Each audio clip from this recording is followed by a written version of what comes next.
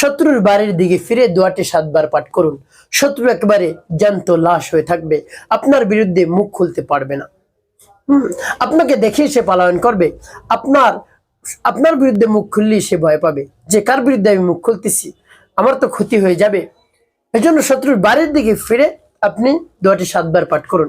শত্রু একেবারে দমন হবে, নিস্তেজ হবে, জ্যান্ত লাশ হয়ে থাকবে, অর্থাৎ আপনার বিরুদ্ধে আর কোনোদিন মুখই খুলতে পারবে না। প্রিয় ভাইরা, ক্ষতি দূরের কথা, আপনার মারাত্মক শত্রু চতুর্দিক থেকে আপনাকে হামলা করে, শত্রু যন্ত্রণায় আপনি অস্থির হয়ে পড়েছেন, কোনোভাবে উপরে উঠতে পারছেন না, আপনাকে টেনে হিস্ট্রে নামাইতে চায়।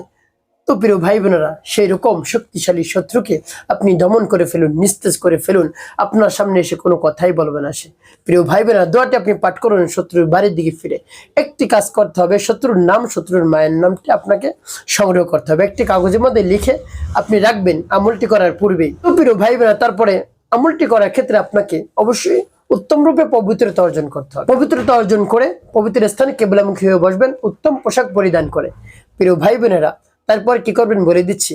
এর পূর্বে বলবো, আপনার শত্রু যত শক্তিশালী হোক, অর্থের দিক থেকে, জনবলের দিক থেকে যত শক্তিশালী হোক না কেন, আপনার সামনে এসে সে নিস্তেজ হয়ে যাবে। আপনার সামনে এসে সে কথাই বলতে পারবে না। প্রিয় ভাই বোনেরা, আপনার অনেক ক্ষতি করে, আপনার জানের শত্রু, মালের শত্রু, সম্পদের শত্রু, সন্তানের শত্রু, পরিবারের শত্রু, এরকম কঠিন শত্রু, আপনি সেই শত্রুকে ধ্বংস করে ফেলুন, নিস্তেজ করে ফেলুন, একেবারে বশ করে ফেলুন। আপনার কথা উঠবে বসবে। প্রিয় ভাই বোনেরা, এভাবে আপনি রেডি হয়ে আমলটি করার জন্য তারপরে সর্বপ্রথম কি পাঠ করবেন? আপনার জীবনের সমস্ত গুনার কথা স্মরণ করে ক্ষমা প্রার্থনা করবেন। আস্তাগফিরুল্লাহ, আস্তাগফিরুল্লাহ, আস্তাগফিরুল্লাহ। তারপর পূর্ণ ইস্তিগফারটি আপনি পাঠ করতে পারেন। আস্তাগফিরুল্লাহ রাব্বি মিন কুল্লি যামবি ওয়া আতুবু ইলাইহি লা হাওলা ওয়া লা কুওয়াতা ইল্লা বিল্লাহিল আলিয়্যিল আযীম। এবং যখন ইস্তিগফার এবং দুরূদ শরীফ পাঠ করা হয়ে যাবে, তারপরে আপনি সেই দোয়াটি পাঠ করবেন। এখন বলতে পারেন, হুজুর কোন সময় এই আমলটি করব? আপনি আমলটি করবেন ফজরের নামাজের পরে। আপনি নামাজের মুসাল্লায় বসে তাসবিহ তাহলিল পাঠ করবেন। তারপরে যখন সূর্য উদিত হবে, সূর্য উদিত হওয়ার 15 থেকে 20 মিনিট পর যে ইশরাকের নামাজ আদায় করে, সেই ইশরাকের নামাজ আদায় করে 2-4 রাকাত নামাজ আদায় করে শত্রুর বাড়ির দিকে ফিরে আপনি বসবেন। তারপরে আমলটি করা শুরু করে দিবেন। তারপরে এভাবে আপনি পর্যায়ক্রমে আমলটি করবেন, ইস্তেগফার পাঠ করবেন, দুরূদ শরীফ পাঠ করবেন। তারপরে আপনি সেই দোয়াটি পাঠ করবেন। প্রিয় ভাই বোনেরা, আপনার কাছে আগে থেকেই লেখা আছে তার নাম, অর্থাৎ শত্রুর নাম, শত্রুর মায়ের নাম আপনার সামনে রাখবেন। তারপরে সেই দোয়াটি আপনি পাঠ করবেন। সেই দোয়াটি পাঠ করার পূর্বে আপনি আল্লাহ রাব্বুল আলামিনের কাছে বলবেন, হে আল্লাহ, আমার আমলকে, সময়কে আপনি কবুল করুন। যে সমস্যা সমাধানের জন্য আমি আমলটি করতেছি, সেই সমস্যা আপনি সমাধান করে দিন। এভাবে বলে তারপরে আপনি সেই দোয়াটি পাঠ করবেন। প্রিয় ভাই বোনেরা, সেই দোয়াটি আমি আপনাদেরকে বলে দিচ্ছি। সেই দোয়াটি পাঠ করে পরবর্তীতে কি করবেন তারপরে বলে দিব, আগে দোয়াটি পাঠ করে নিই। আমার দেখার নিয়ম অনুযায়ী আপনি দোয়াটি পাঠ করুন। যেমন বিসমিল্লাহির রহমানির রহিম, আল্লাহুম্মা ইন্না নাজআলুকা ফি নুহুরিহিম ونعوذ بك من شرورهم اللهم إنا نجعلك في نحورهم ونعوذ بك من شرورهم। এভাবে যখন পাঠ করা হয়ে যাবে, তারপরে আপনি সাহায্য আঙ্গুলটা ফু দিবেন, ফু দিয়ে শত্রুর বাড়ি দিকে ভাবে ইশারা করবেন।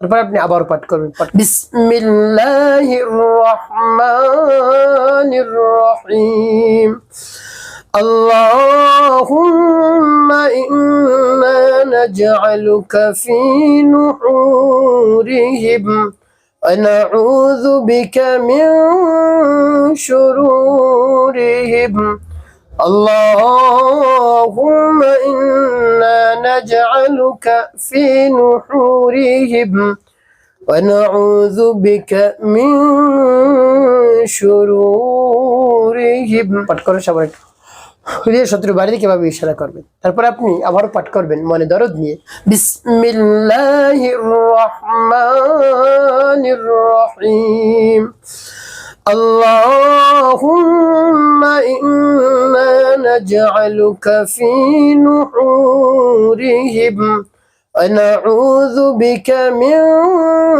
شرورهم اللهم إنا نجعلك في نحورهم ونعوذ بك من شرورهم পাঠ করা শেষ একটি ফু শত্রুর বাড়ি দিকে আবার ইশারা এভাবে কতবার 7 বার পাঠ করে 7টি ফু দিয়ে 7 বার এভাবে শত্রুর বাড়ি দিকে ইশারা করবেন আর আপনার মনে তো ব্যথা থাকবে শত্রু ধ্বংস করার আমল করতেছে এভাবে যখন 7 বার পাঠ করা হয়ে যাবে 7টি ফু দেওয়া হয়ে যাবে সর্বশেষে আপনি নবী সাল্লাল্লাহু আলাইহি ওয়াসাল্লামের মহব্বত নিয়ে 5 বার দুরূদ ইব্রাহিম পাঠ করবেন আল্লাহুম্মা সাল্লি আলা মুহাম্মাদ ওয়া আলা আলি মুহাম্মাদ কামা সাল্লাইতা আলা ইব্রাহিম ওয়া আলা আলি ইব্রাহিম ইন্নাকা হামিদুম اللهم بارك على محمد وعلى ال محمد كما باركت على ابراهيم وعلى ال ابراهيم انك حميد مجيد اللهم صل على محمد وعلى ال محمد كما صليت على ابراهيم وعلى ال ابراهيم انك حميد مجيد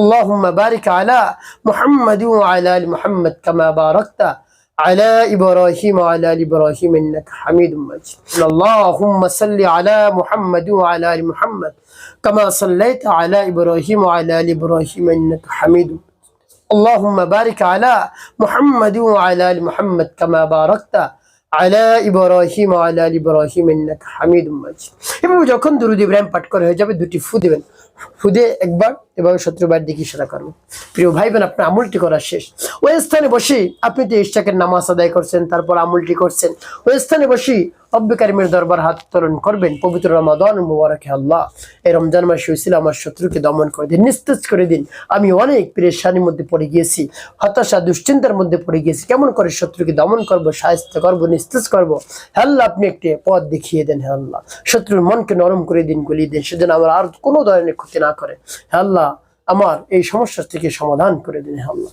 এভাবে আল্লাহ রাব্বুল আলামিনের কাছে বিশ্বাস নিয়ে আস্থা নিয়ে ভক্তি নিয়ে বলবেন দেখবেন অবশ্যই কাজ হয়ে গেছে শত্রু দমন হয়ে যাবে ধ্বংস হয়ে যাবে নিস্তেজ হয়ে যাবে একটি কথা মনে রাখতে হবে প্রিয় ভাই বোনেরা 5 ওয়াক্ত নামাজ আদায় করতে হবে মানুষের কল্যাণে খিদমতে কাজ করবেন অবশ্যই আপনার জীবন হবে সুখময় এবং শান্তিপূর্ণ ইনশাআল্লাহ।